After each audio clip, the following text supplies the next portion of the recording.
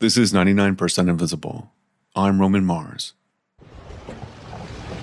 So just on the horizon, you probably can't quite make it out, is Sharjah. This is Andy Bowerman, recording himself with his phone as he stands on a cargo ship off the coast of Sharjah, a city in the United Arab Emirates. It's, in some ways, an idyllic setting. It's 40-odd degrees, sea is calm, sky is blue. Andy is the regional director at an organization called Mission to Seafarers, and part of his job is to deliver things like rice, blankets, water, and SIM cards to workers who are trapped on abandoned cargo ships. It is literally me and typically one other member of our team on a small speedboat, pulling up alongside and climbing up a 15-foot rope ladder to get to the ship. In some cases, the people that Andy tries to help have been stuck on these abandoned vessels without enough supplies for months or even years. And we're loading provisions yet again onto this vessel that's been here now for more than 2 years. Yeah, we've all been on lockdown around different parts of the world. Just multiply that by 10 and you'll get a sense of what these guys are facing all the time. I mean, I would sometimes say it's like prison, but you don't know how long the sentence is.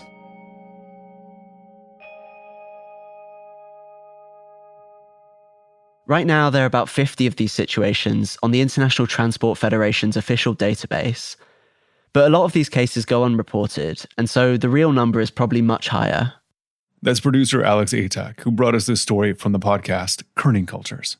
Andy works mostly in the United Arab Emirates, but there are abandoned ships all over the world, particularly in the Middle East.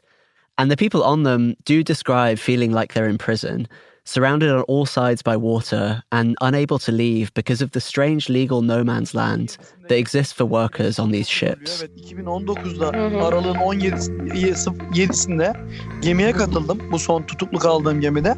Normalde This is Mehmet Gulshin. He spoke to us in Turkish and we had an actor voice his lines in English. On December 17th, 2019, I joined the ship that I stayed on as prisoner.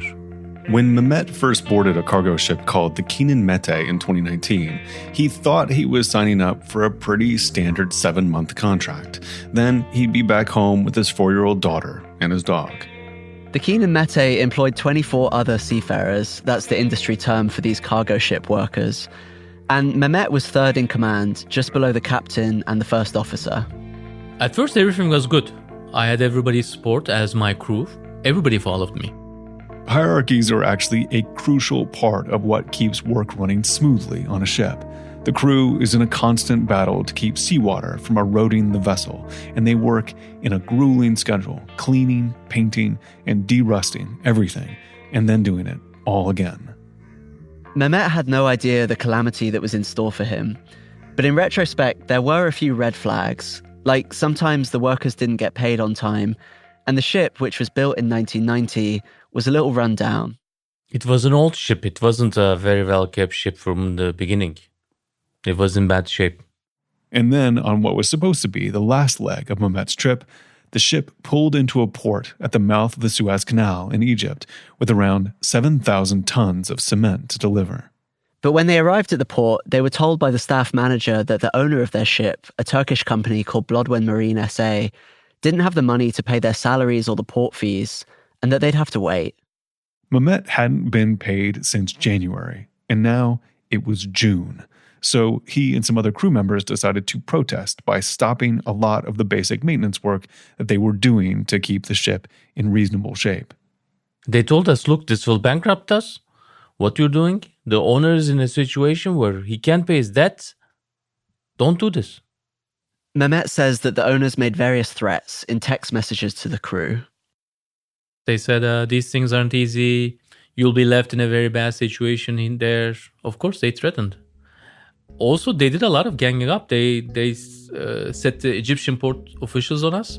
They told us if you stop work, we'll declare the captain, the second officer, and the head engineer as terrorists. We'll charge you with terrorism and throw you in jail. Eventually, though, the owners just went silent. They stopped communicating with the ship entirely. They started not answering our calls. So they left us, they abandoned us. They become abandoned because that word abandoned actually takes on its real meaning. Nobody cares about them, and they are truly abandoned by their state, by everybody else. This is Laleh Khalili, a professor of international politics at Queen Mary University in London. She just finished writing a book about the shipping industry in the Gulf called Sinews of War and Trade. I mean, this is kind of like a very basic, maybe stupid question, but like, why can't they kind of just get off the ship at the port? It's not a stupid question at all. So there are several things. One is the international treaty obligations require seafarers to stay with a ship for safety reasons, etc., etc. And if they get off the ship, they actually forfeit their wages.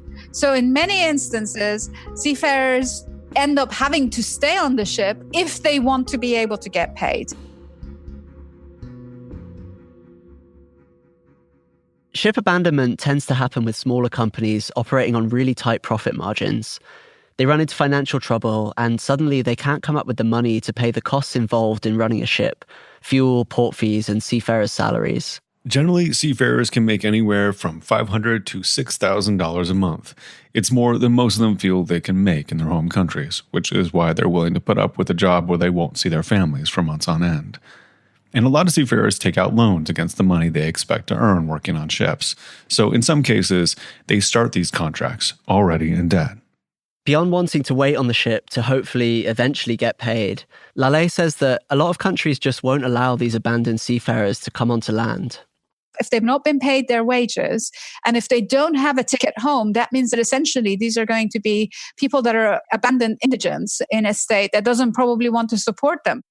Essentially, no one wants to claim responsibility for these abandoned crews, and when the owners disappear, it can be hard to figure out what higher entity to appeal to, because the ships are often flying what's called flags of convenience. I mean, it's a terrible thing, but essentially what it is intended to do is to avoid regulation and to avoid any kind of good service or virtuous treatment of the environment or the workers. Until the 1920s, ships generally had to follow the regulations on working conditions and pay and taxes according to their country of origin. So a British ship flying a British flag, they'd follow UK laws. American ship, American laws. But in the American Prohibition in the 1920s, ship owners started to realize that they could evade US laws against transporting alcohol if they registered their ships in Panama. And by doing it this way, they also avoided a bunch of US taxes and minimum wage requirements. More and more ships started to do the same, and so flags of convenience became a thing.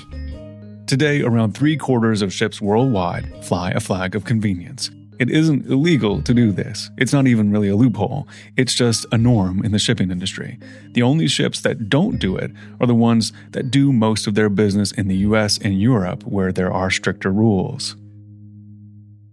In Mehmet's case, his ship, the Kenan Mete, was owned by a Turkish company but was registered under a Panamanian flag. Blodwin Marine SA, the owner of Mehmet's ship, doesn't have a website. They aren't listed in directories, so they're basically unreachable. And by the middle of June of 2020, they'd completely stopped communicating with the crew. But Mehmet thought, surely the owners aren't just going to walk away from their ship.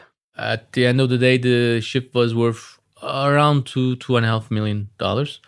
And what we were owed was about $120,000. So we were thinking they will give us our money. Then when the company stopped answering, we thought they were bluffing the first month. The crew sat on the ship and waited, hoping for some kind of resolution. As June rolled into July, things got harder and the weather got hotter. The time wouldn't pass on the ship. It was really hard. It was unbelievably hard because you can't go out. You're always on the same quarters. And then even if you got out, it was really hot. I mean, really, we experienced summer heat waves there. So the humidity, the damp, the filth. The crew couldn't go onto land, but they could see the shore of Egypt shimmering on the horizon. Where we stopped, there was the desert. What can I tell you? I mean, there was nothing beautiful about it. Nearby, there was a soil that has the raw material of cement. There's a lot of that in Egypt, so they were mining that in the mountains. And they were always doing some explosions with dynamite. Like sometimes when the wind blew, the dust would get really bad. We will all be covered in dirt. The crew kept trying to contact the ship owners to no avail. They also contacted the company that had ordered the 7,000 tons of cement on their ship to see if there was anything they could do. But that didn't help either. Eventually, they also reached out to some of their own consulates in Egypt. For Mehmet, that was the Turkish consulate, but no one would help. As it kept on dragging on, we started to understand the seriousness of the matter. The crew didn't realize it at the time, but they were entering into a kind of sunk-cost black hole. The more time that passed, the more they felt like all that time would be wasted if they got off the ship now without being paid. If they could wait, there was a good chance the insurance company would pay out or the owners would be taken to court and forced to pay their salaries.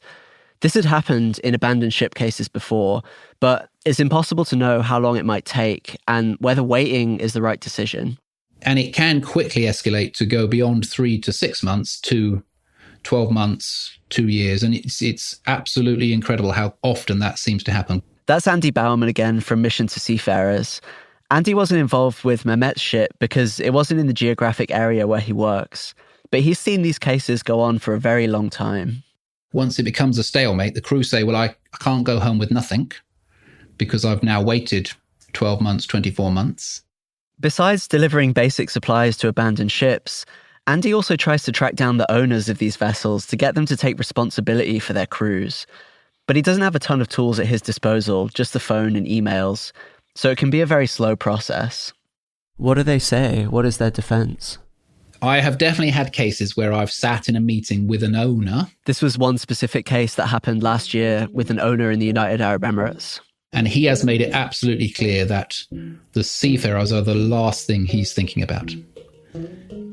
He is worried about the mortgage that he has, other creditors that he has to pay. And he almost said, and he didn't quite say this, but almost, the seafarers are just a commodity, as with everything else that needs to be sorted out. By August of 2020, things had gotten more dire on Mehmet's ship.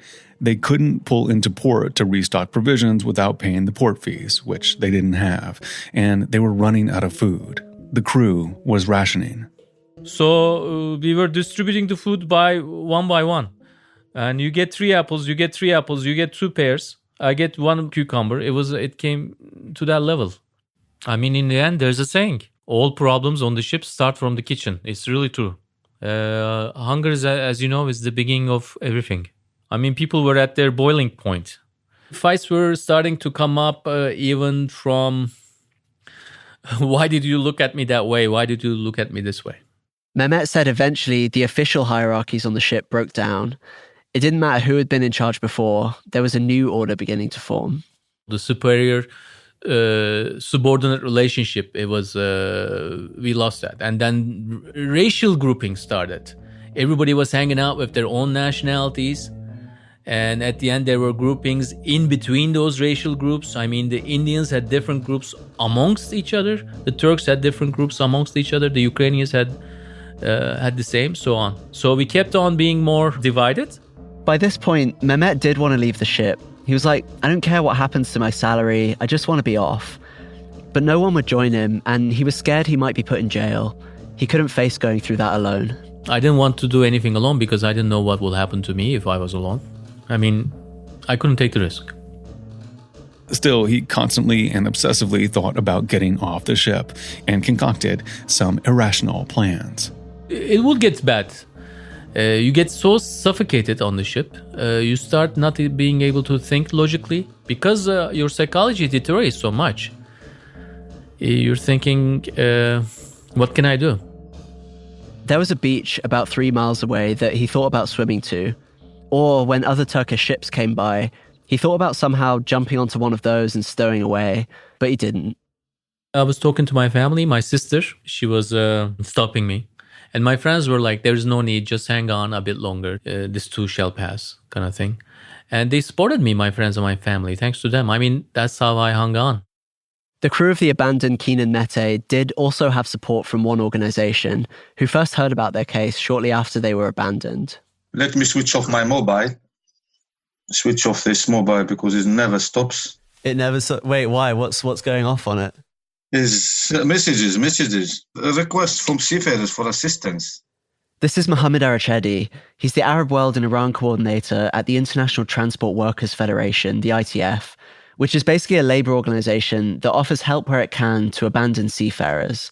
While Andy is often on board with crews, offering supplies and moral support, Mohammed is more focused on the bureaucratic end of the problem. He spends his days in an office doggedly phoning and emailing ship owners and organising legal cases against them. Honestly, every day I've got a good and big list to tackle. When we spoke, he just got back from dropping his kids at school, and part of his routine each morning is to sift through all of these messages, abandoned ship cases where he's been asked to help, and figure out what he can do. But obviously, he can't deal with all of them at once. Like Andy, Mohammed tries to reach out to the owners of these ships, and when he can't, he'll start putting pressure on whatever country the ship's flag represents. But he hits a lot of dead ends, or people saying that they'll look into it, but nothing happens. You insist that these seafarers have no water. This is emergency. And you still receive that we are looking on it and that someone will be in touch with you. So whose responsibility is this? When Mohammed first heard about Mehmet's ship, the Kenan Mete, and all of the crew abandoned on it, it was June of 2020. He reached out to Blodwyn Marine SA, which owned the ship, and he said that initially they were somewhat responsive. Eventually, though, they completely dropped off the radar, and Mohammed didn't hear from them again. Luckily, the ship had insurance, and Mohammed started lobbying them to help. ITF put pressure. By putting pressure on the insurance company, they got us 4 months of pay. ITF did that. Mohammed got the insurance to cover basic supplies for the seafarers stuck on board, and 4 months of lost wages for the crew, around $120,000 in total. But when he began to arrange for the seafarers to go home, he ran into a wall of complications from the Egyptian port authorities. They didn't want to risk the ship being left in the port unmanned and totally abandoned, because then it'd become their problem. Ultimately, Mehmet's ship's case went to court in Egypt. Mohammed's organization, the ITF, appointed and paid for their lawyer. And then, after 7 months of Mohammed and the crew trudging through this bureaucracy, hundreds of phone calls and WhatsApp messages, court dates and dead ends and a few false starts, it was decided that most of the seafarers should be allowed to leave in phases. Mehmet gives a ton of credit to Mohammed and the ITF for finally getting them off of the ship. I mean, if it wasn't for ITF, we would probably have been doomed. Maybe I'll still be there. Maybe we would have to stay for another 6 months. In the last week of December, right before Christmas, Mehmet finally stepped off the Kenan Mete in Egypt and got on a flight home to surprise his family. I didn't want to get their hopes up. So not to destroy their hopes, I didn't tell them. I made it a surprise. Eventually, all but one of the crew members on board the Kenan Mete were repatriated to their various home countries. But the situation still hasn't been totally resolved. Because of the rules in Egypt, the captain is still there, but he has been moved to a hotel near the port. Mohammed told me that the captain won't be able to go home until the ship has been auctioned off to a new owner, a process that could take several more months. These days, Mehmet is trying to figure out how to earn a living in Odessa, Ukraine, where he lives. If he can possibly avoid it, he never wants to set foot on another cargo ship again. After all this happened, I'm going to do whatever I have to do as far as I can. I'm not thinking of going back to ships. I have aged 3-5 years. I mean, I feel that. I know that too. Before I joined the ship, I was really good. My appearance, stuff was good. But after I went through like this, I feel like I got old when I look in the mirror. Mehmet's case was actually not as drawn out as other people I spoke to for this story. There was Vikash, who spent nearly 3 years on a ship off the coast of the United Arab Emirates before he could get off. And Samig, whose crew was stuck off the coast of Beirut for over a year. And in their case, they were living on a ship that most of the time had no electricity.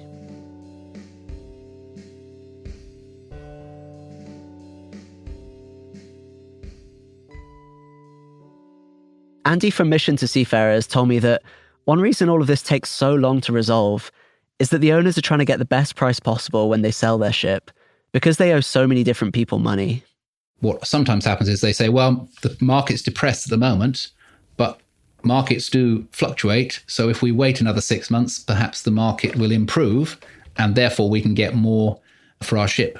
And they tend to not think about the crew who will have to sit on the ship floating during that period of time.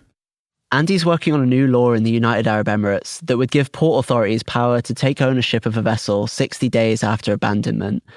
That way they could auction it off and the seafarers could go home much quicker. If countries can enact regulations that ban things like flags of convenience and strengthen labor unions, that will also help ship abandonment cases go down. These are the kinds of things that have already made abandonment relatively rare in Europe and the US. But until more of those bigger structural changes occur, the work for people like Mohammed and Andy will happen one ship at a time. Here we are, just a few miles out on yet another abandoned vessel. And we're just going to meet a couple of the crew. We're going to have a cup of tea with them or drink some coffee or, a glass of cold water and just remind them that people are still thinking about them.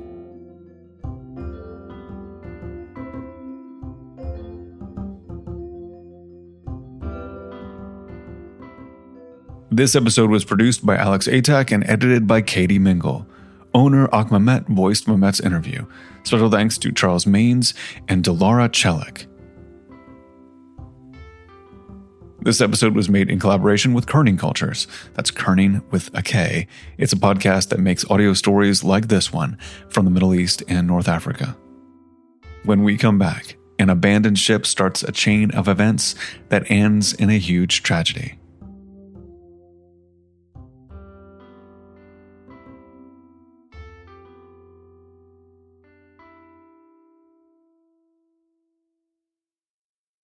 So producer Alex Atack is back, and he's going to tell us how the massive explosion in a port in Beirut in August of 2020 was connected to an abandoned ship.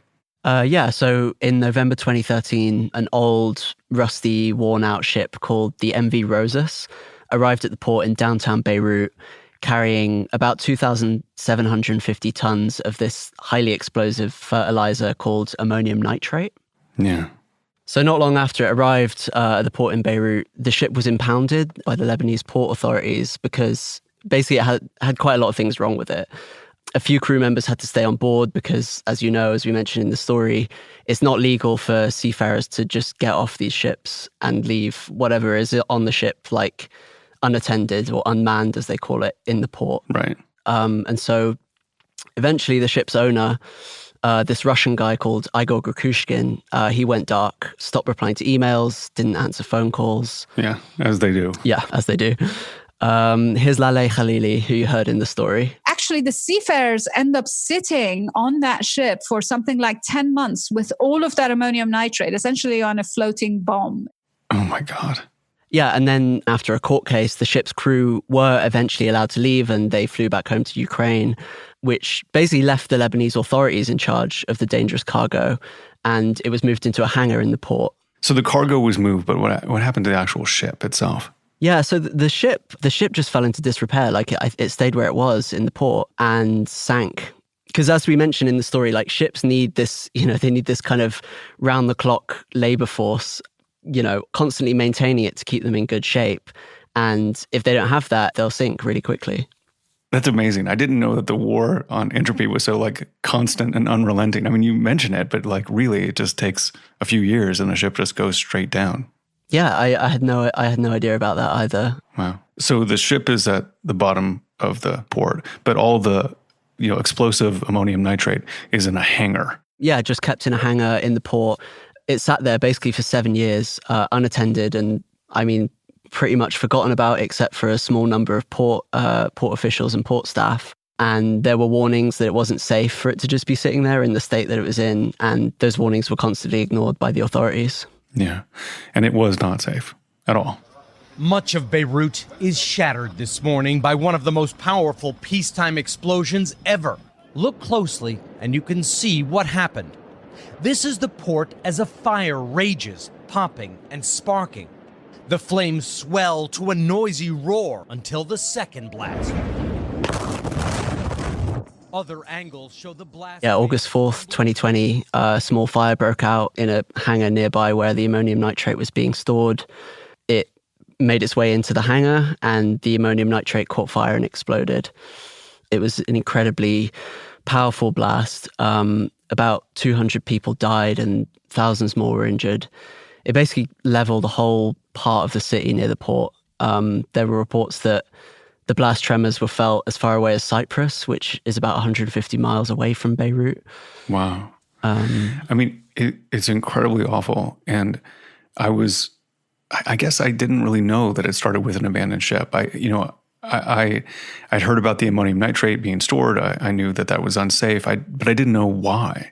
Yeah, I mean, obviously this is like a worst case scenario, but I think it really does like illustrate why port authorities don't want the crew to leave these ships unmanned, because then the ship and everything on it really does become their responsibility to deal with. And I mean, in this case, like obviously they did an awful job dealing with it, but it was their responsibility nonetheless after the crew left.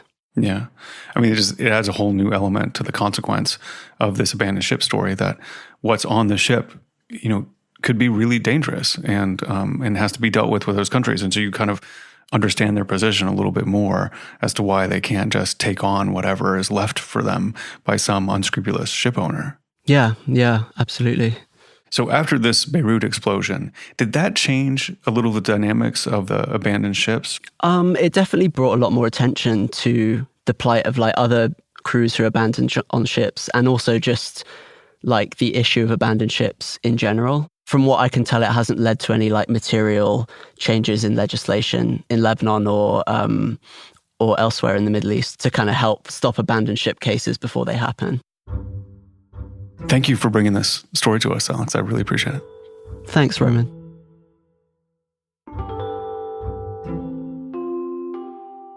"99% Invisible" was produced this week by Alex Atack, edited by Katie Mingle, mixed by Amita Ganatra. Music by our director of sound, Sean Real. Delaney Hall is the executive producer. Kurt Kolstad is the digital director. The rest of the team is Emmett Fitzgerald, Joe Rosenberg, Christopher Johnson, Lasha Madon, Chris Berube, Vivian Lay, Sophia Klatzker, and me, Roman Mars. We are a part of the Stitcher and SiriusXM podcast family, now headquartered 6 blocks north in beautiful uptown Oakland, California. You can find the show and join discussions about the show on Facebook. You can tweet at me at Roman Mars and the show at 99pi.org. We're on Instagram and Reddit too. You can find other shows I love from Stitcher on our website, 99pi.org, including the Atlas Obscura podcast, a short daily celebration of the world's strange and wondrous places. Find a link to it and every past episode of 99pi at 99pi.org. They still haven't gotten me the proper audio logo, so